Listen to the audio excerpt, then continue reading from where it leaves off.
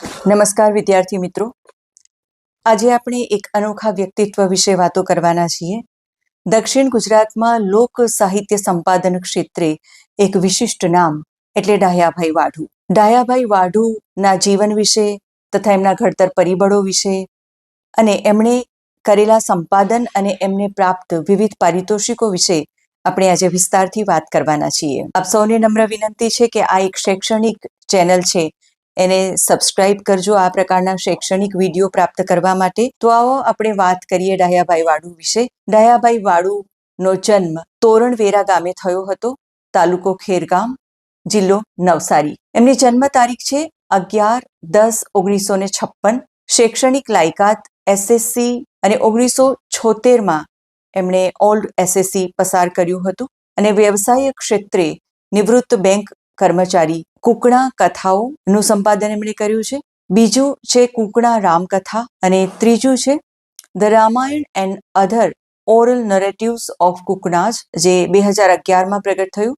Central institute of Indian languages, Mysore, HR department, government of India દ્વારા. અને ચોથું કુકણા ભાષાનું જે સામાયિક છે ઢોલ, એનું સંપાદન કર્યું હતું ઈસવીસન 1997થી 2004 સુધી. કનસરીની જે કથાઓ છે એ કનસરીની કથાઓનું સંપાદન એમણે કર્યું છે.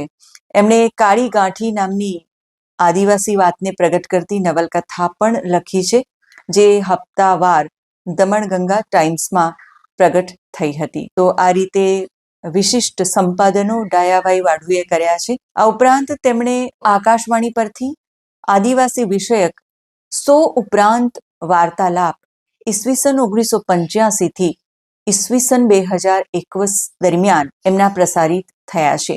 1982થી નવનીત સમર્પણ, રંગ તરંગ, ચાંદની, આદિલોક જેવા સામાયિકોમાં અને જનસત્તા, લોકસત્તા, ગુજરાત મિત્ર, દમણગંગા ટાઈમ્સ વગેરે વર્તમાન પત્રોમાં અવારનવાર લેખો પ્રગટ થતા રહ્યા છે. આટલી સરસ કામગીરી હોય એટલે એમને જરૂર એવોર્ડ્સથી સન્માનિત કરવામાં આવ્યા છે. એમને મળેલા એવોર્ડ્સની આપણે વાત કરીએ તો મૌખિક સાહિત્ય માટેનો પ્રથમ રાષ્ટ્રીય કથા એવોર્ડ એમને 1998માં ડાહ્યાભાઈ વાઢુને એનાયત કરવામાં આવ્યો હતો. ગુજરાતી સાહિત્ય પરિષદ દ્વારા 2003માં અનુવાદ માટે એમને પુરસ્કૃત કરવામાં આવ્યા હતા. પ્રથમ કલેશ્વરી એવોર્ડ ઈસવીસન 2012માં આદિવાસી સાહિત્યની કામગીરી માટે એમને એનાયત થયો હતો. આદિવાસી સાહિત્યની કામગીરી માટે સાહિત્ય ગૌરવ એવોર્ડ દિવ્ય ભાસ્કર ગ્રુપ વલસાડ 2024માં એમને એનાયત કરવામાં આવ્યો હતો. આ ઉપરાંત કુકણા કથાઓ અને ધ રામાયણ એ 2 પુસ્તકો દેશની જુદી જુદી યુનિવર્સિટીમાં, એમાં હું તમને ફરી યાદ કરાવી દઉં કે the Ramayana and other oral narratives of Kuknas, આ જે પુસ્તક છે તે, અને કુકણા કથાઓ, આ 2 પુસ્તકો દેશની જુદી જુદી યુનિવર્સિટીમાં MAના અભ્યાસક્રમમાં લેવામાં આવ્યા છે. એમાં એ યુનિવર્સિટી છે રાની ચેન્નમ્મા યુનિવર્સિટી બાલગેવ અને Annamalai university, Fatima college, autonomous college, Mumbai university, Veer Narmad south Gujarat university Surat, NS Patel college Anand autonomous. એમનું વતન તે વખતના વલસાડ જિલ્લાનું ચીખલી તાલુકાનું તોરણવેરા ગામ એમનું જન્મસ્થળ છે. હાલ તોરણવેરા ગામ નવસારી જિલ્લા અને ખેરગામ તાલુકામાં આવ્યું છે. એમનો જન્મ થયો છે 11-10-1956ના રોજ. તો એમના માતા પિતા વિશે આપણે જાણીશું. ડાહ્યાભાઈ વાઢુના પિતા મનોભાઈ બચલભાઈ વાઢુ, જેમનો સમયકાળ છે 1938થી 2019. તેઓ બીજા ધોરણ સુધી તેમણે અભ્યાસ કર્યો હતો અને તોરણવેરા ગામના તેઓ પહેલા સરપંચ હતા. પણ એમને રાજકારણ અનુકૂળ આવ્યું નહીં અને તે સદંતર છોડીને કુકણા ભાષાની મૌખિક પરંપરાની કનસરીની કથા ગાઈને કનસરી ઉત્સવ જીવ હિંસા વગર ઉજવવાની શરૂઆત એમણે કરી હતી.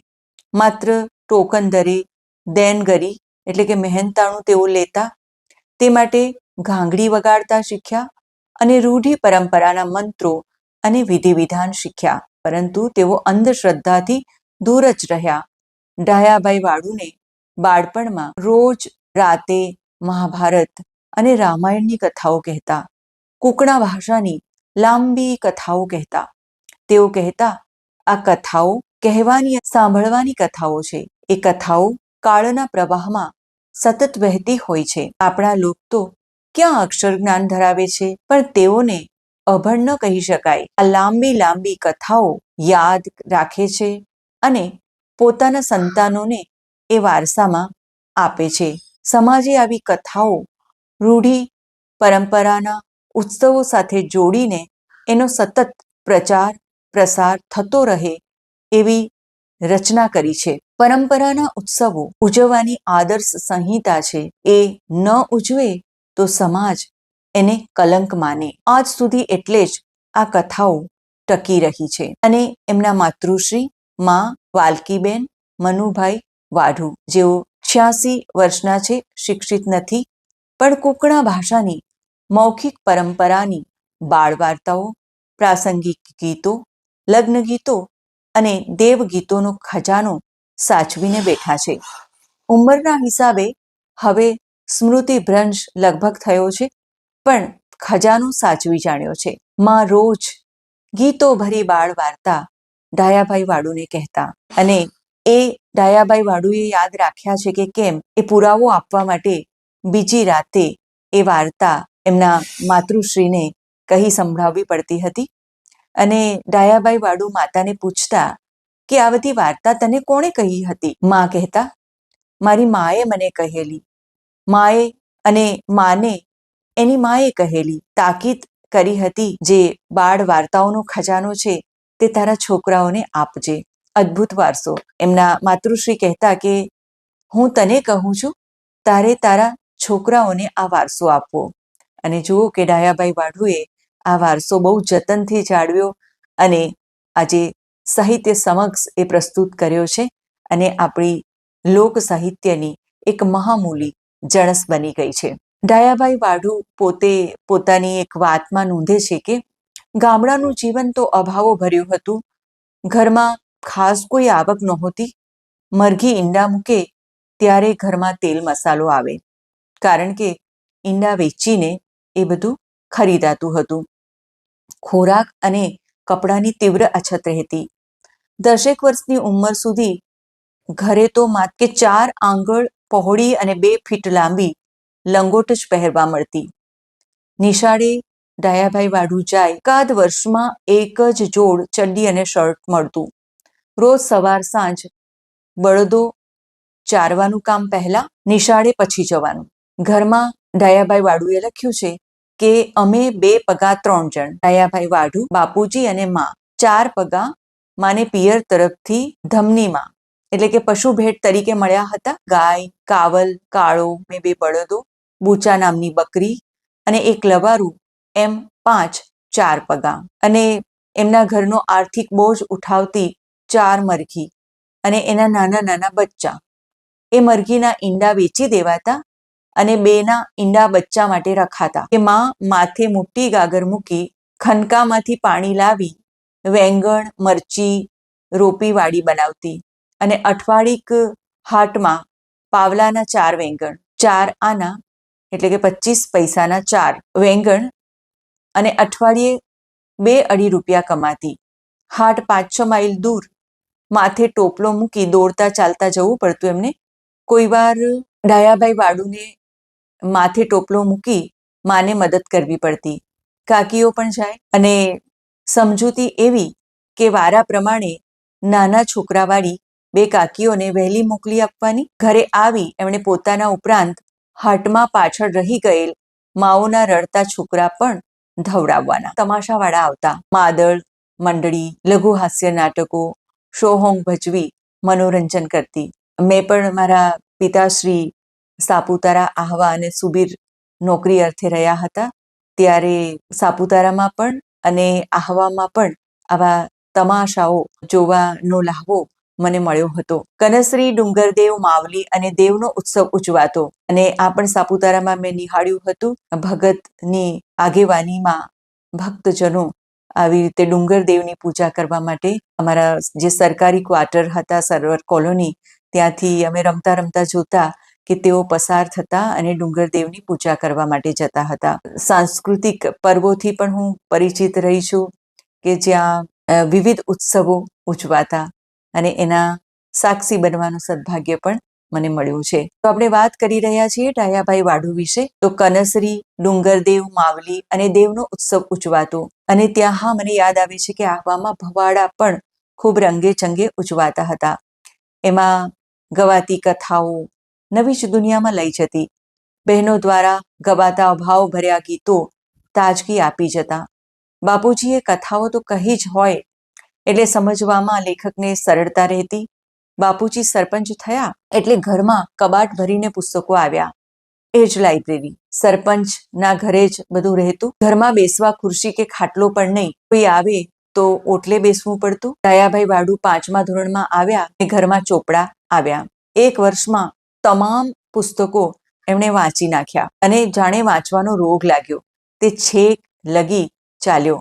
દરમિયાન ઘરમાં 2 ભાઈઓ અને 1 બહેનનો વધારો થયો. 1 થી 6 ધોરણ ગામમાં, 7મું બાજુના ગામમાં. 7 કિલોમીટર ચાલી જઈ અને 8 થી 11 જૂની SSC ઉત્તર બુનિયાદી બામણવેલ. દરેક વર્ષે તેઓ વર્ગમાં પ્રથમ આવતા. માર્ચ 1976માં SSCમાં 76.25% આવ્યા, જે બહુ જ સારું પરિણામ કહેવાતું અને કેન્દ્રમાં ઉત્તર બુનિયાદી પ્રવાહમાં તેઓ પ્રથમ આવ્યા હતા. દર વર્ષે માંડ ₹125 જ ખર્ચ થતો. કોલેજમાં ત્યારે પહેલું વર્ષ પ્રી આર્ટ, સાયન્સ કે કોમર્સ રહેતું અને ઘણાએ લેખકને ડાયાભાઈ વાઢુને પ્રી સાયન્સમાં એડમિશન લેવાનું કહ્યું અને બિલ્લીમરા કોલેજમાં એમણે પ્રવેશ લીધો. પહેલા જ અઠવાડિયે 200 કરતાં વધારે રૂપિયાનો ખર્ચ થઈ ગયો. પૈસાની સગવડ તો હતી નહીં. ઉછીના લઈને કેટલુંક લેવાનું, તે પણ પાછા આપવાના જ ને. એમણે પુસ્તકો અને જનરલ લેવાની બાકી હતી. લેબ માટે ડિસેક્શન બોક્સ લેવાનું બાકી હતું. લેબમાંથી કહી દીધું કાલે ડિસેક્શન બોક્સ નહીં લાવે તો કોલેજ આવતો જ નહીં. ડિસેક્શન બોક્સ લેબમાં ગયા અને દરવાજે જ ના કહી એને બહાર મોકલી દેવામાં આવ્યા અને ડાયાભાઈ વાઢુની આંખો છલકાઈ ગઈ. લેબ, કોલેજ બધું જ પીગળતું દેખાયું અને એમણે તે જ ઘડીએ કોલેજ અને ભણતર છોડવાનો નિર્ણય કર્યો. એમને લાગી આવ્યું, એમને થયું કે મજૂરી કરીશ, કોઈ કારખાનામાં કામ કરીશ અને ઘરમાં આવક આવે તેના માટે મદદ કરીશ. હું ભલે ન ભણી શક્યો પણ નાના 2 ભાઈ અને 1 બહેનને ભણાવવા માટે મદદરૂપ બનીશ. એક કોન્ટ્રાક્ટરને ત્યાં મહિને ₹200ની મુકાદમગીરીથી એમણે શરૂઆત કરી. વર્ષ હતું 1977. 1978માં કારકુનની જાહેરાતો આવી અને એમાં અરજીઓ કરી. 1979માં અમદાવાદની સમાજ કલ્યાણ ખાતામાં કારકુનની નોકરી મળી. ઓફિસમાં રમેશ જોશી નામના એક કારકુન હતા. એમને રવિવારની ગુજરીમાં લઈ ગયા. ત્યાંથી પસ્તીના ભાવે થોડા પુસ્તકો લીધા અને હવે હાથમાં પૈસા આવતા થયા હતા. ખૂબ વાંચ્યું. લોક સાહિત્ય પણ એમણે ખૂબ જ વાંચ્યું. મનમાં એમને વારે વારે વિચારો આવતા, મારી કુકણા ભાષામાં આટલી સરસ કથાઓ છે, ખૂબ સારા ગીતો છે, ગીતો ભરી બાળ વાર્તાઓ છે, એના પુસ્તકો કેમ નહીં? રમેશ જોશી કે તારી ભાષા કોણ જાણે છે? તમારા જમાત સિવાય કોઈ નહીં. તો એ લોકો તમારા લોકોએ લખવું જ પડશે. તો એ તો તમારે જ લખવું પડશે. અને ડાયાભાઈ વાઢુએ લખવા માટે પેન ઉપાડી. કુકણા ભાષાની બાળ વાર્તાઓનું ગુજરાતી ભાષાંતર જનસત્તા પેપરમાં મોકલવા માંડ્યું. એ લોકો દર બુધવારે 1 વાર્તા છાપતા. 4 વાર્તાઓ આ રીતે છપાઈ. દરમિયાન 1981માં એમણે સરકારી નોકરી છોડી સ્ટેટ બેંકમાં જોડાયા. વ્યારા બાદ 1982માં મોટી દમણ એમને પોસ્ટિંગ મળ્યું.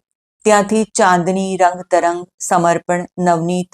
ત્યારે સમર્પણ બાળકો માટે અલગ આવતું પણ પછી સંયુક્ત થયું. વગેરેમાં નાના નાના લેખો મોકલવા માંડ્યા. અનેક પરત થતા. માંડ મહિને 1-2 છપાતા. દરમિયાન 1985માં ચાંદનીએ આદિવાસી ભાષાનો ખાસ અંક બહાર પાડ્યો. એ દરમિયાન ડૉક્ટર જયાનંદ જોશી સાહેબ સાથે ડાયાભાઈ વાઢુની મુલાકાત થઈ. એમણે કહ્યું, તમે લખો, ગીતો અને વાર્તાઓનું સંપાદન કરો. તમે ઇનસાઇડર છો. તમને ભાષાનો પ્રશ્ન નહીં નડે. કામ કરો, જશ મળે નહીં મળે, તમારી ભાષાનું કામ કરવાનો સંતોષ જરૂર મળશે. ડૉક્ટર જયાનંદ જોશી આદિવાસી વિષય લઈ પીએચડી થનાર પહેલા સ્કોલર હતા. એમણે આકાશવાણી ઉપર વાર્તાલાપ આપવાની સલાહ આપી અને ડાયાભાઈ વાઢુએ 1985માં પહેલો રેડિયો વાર્તાલાપ આપ્યો. પછી તો દર 3 માસે એક વાર્તાલાપ નિયમિત આવવા લાગ્યા. દરમિયાન ડાયાભાઈ વાઢુની બદલી 1990માં લુણાવાડા થઈ. ત્યાં પ્રોફેસર કાનજી પટેલ સાથે મુલાકાત થઈ. ત્યારે કાનજીભાઈ ગદ્ય પર્વનું સંપાદન કરતા હતા. સપ્ટેમ્બર 90ના અંકમાં કનસરી કથા છપાઈ. કનસરી કથાએ ચર્ચા જગાવી. દરમિયાન 92માં ડાયાભાઈ વાઢુની બદલી આહવા થઈ. માર્ચ 1986માં સાહિત્ય અકાદમી દિલ્હીનો એક સેમિનાર સાપુતારામાં યોજાયો હતો. ત્યાં ડૉક્ટર ગણેશ દેવી, ડૉક્ટર ભગવાનદાસ પટેલ, શંકરભાઈ તડવી અને રેવાબહેન તડવી, અરુણાબેન જોશી, ડૉક્ટર રવિકાંત જોશી સાથે મુલાકાત થઈ. આદિવાસી સાહિત્ય માટે આ સેમિનાર ઉપકારક રહ્યો. આ સેમિનારથી ભાષા સંશોધન પ્રકાશન કેન્દ્રની સ્થાપના થઈ.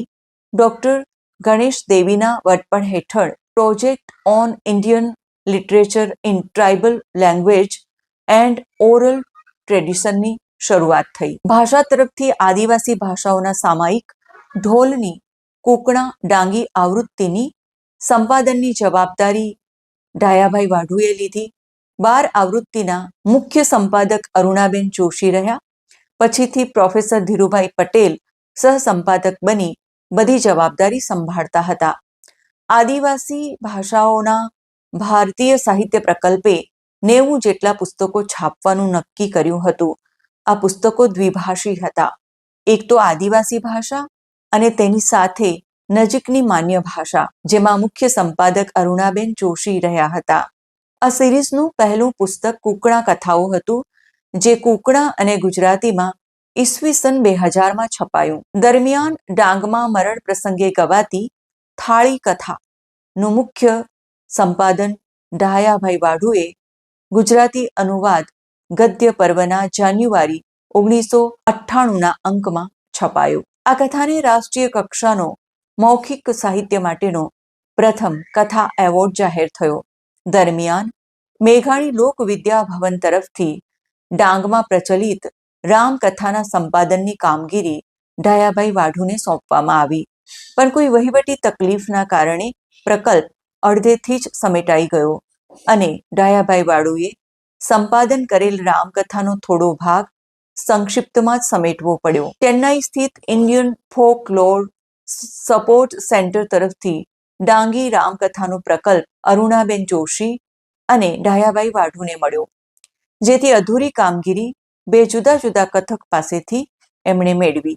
દરમિયાન central institute of Indian language Mysore અને ભાષા વડોદરા તરફથી કૂકણા કથાઓ અને કૂકણા રામકથાનો અંગ્રેજી અનુવાદ the Ramayana and other oral narrative of Kuknas 2013માં પ્રસિદ્ધ થયો.